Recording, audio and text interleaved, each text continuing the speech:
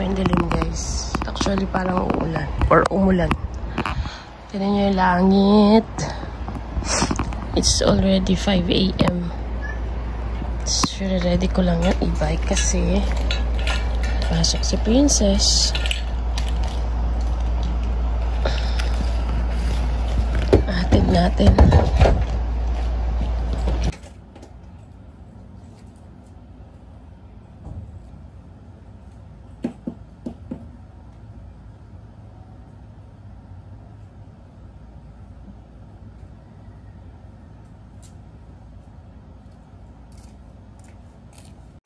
Ako guys, 6 AM. Magsi 6 AM.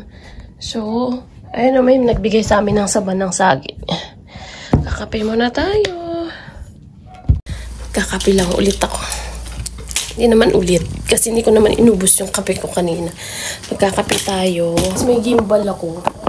Binigay sa akin ng mga bata ng Pasko. Hindi ko nagagamit. Dapat yun ang gagamitin ko. Kaso naliliitan ka, na ano kasi gusto ko matangkad yung nakaganyan. Kasi parang pahip. Taba kasi ng mukha natin. Kailangan ko yata ng stand nun. Gamitin ko na ngayon. Baka magtampo yung mga bata. Hindi ko ginagamit yung regalo nila. Pandesal tayo guys. Ito yung pandesal na yun kahapon. Pa hindi na ako bumili kasi nasasayang. Nasasayang din. Pwede pa to. Lagyan natin na ano, yung cheesy na white cheese. Kakatid ko lang kay Princess. Sinahatid ko siya mismo sa ano, malapit sa building nila. Bawal yung doon kaso lang kapag sinita ako, sabihin ko na hindi siya makalakad ng maayos. Pero, ano tawag dito, maaga-maga pa kami umaalis, alas 5. So, wala pa masyadong maraming tao. May mga paingilan-ngilan na pumapasok pero hindi ganun pa kadami. So, talagang pwede pa doon. Kahapon daw sinita si Daddy Chris nung guard kasi akala doon siya magpa-park mismo sa tapat ng building. Eh, sabi niya, gatid lang kami ng ano, ng pilay.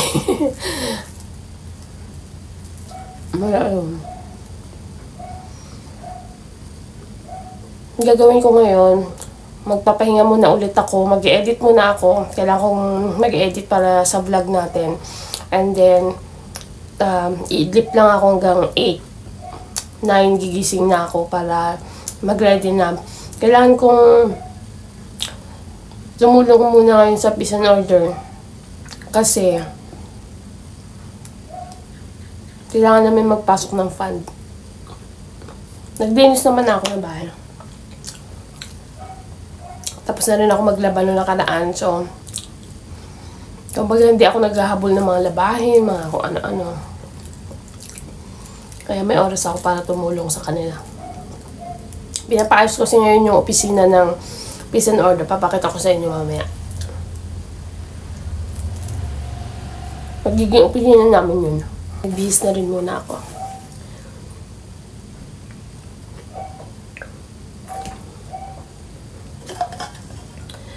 Kalahati pa pala to. Nagtimpla ako kanina pagkagising ni Princess. Tapos sabi ko, yun yung kasi ginagawa ko, hindi siya inuubos. Tapos babalikan ko, pagkahatid, babalikan. Tapos yun, akala ko, uminom si Princess, pala siya uminom. Kaya parang hanggang dito pa siya, kalahati pa.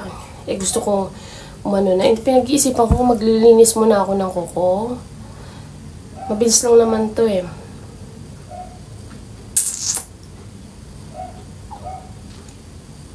Ayoko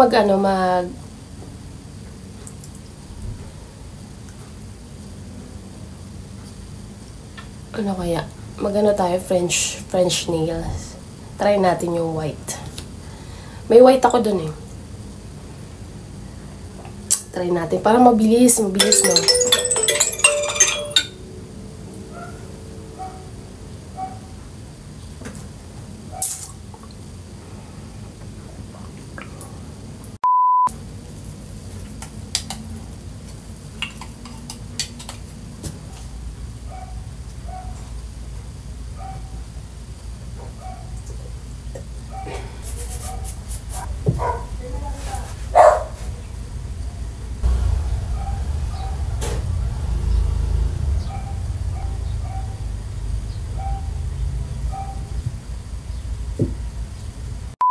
Done na guys, nakapaglinis na tayo ng kuko.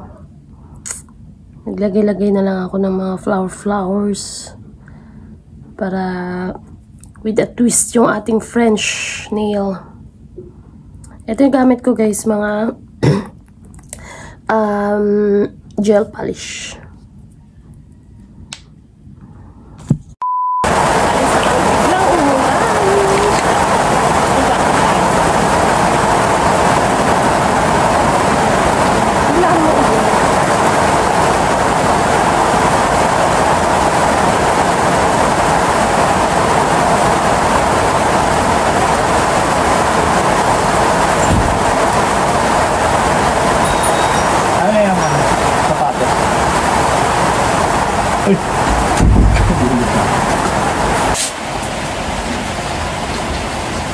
Na ulit kaming klabang.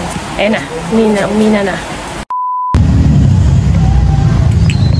Tapos ayun yung ginagawa.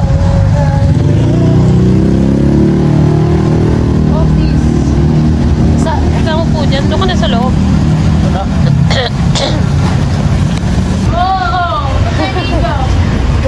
Sino daw na siya dyan? Hindi namin kinakain ng samyup, lumipat dito sa malawak na to. Tapat ng ano. Doha! Yan yung e-bike.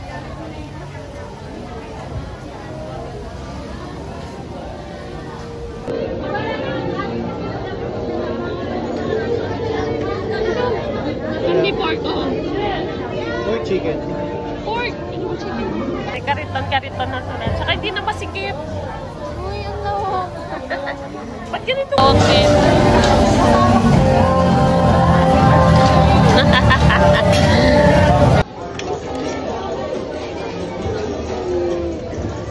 Uy, ba't ko doon? Huwag ka nang malis. Ako na pala dito.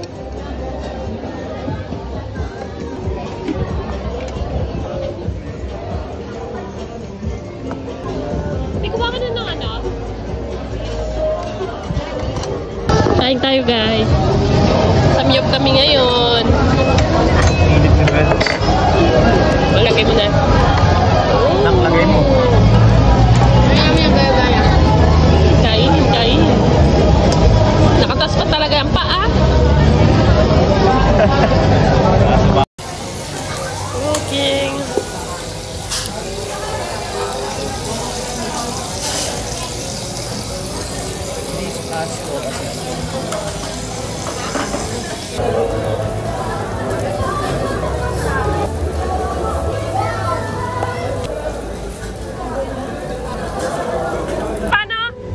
Paano?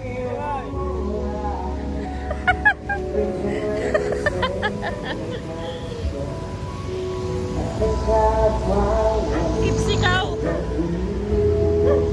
Baka pagpasok dyan, may bayad na agad. Akala ko yung open. Oh, yun nga, akala ko open. Maganda, tipsy. Bar and grill. Pagpasok mo dyan, may bayad na yan. Entrance fee. Sabi? Meron yan pagka ganyan. Tapos, ano, kung ilang bucket, ganyan. Parang yung table mo.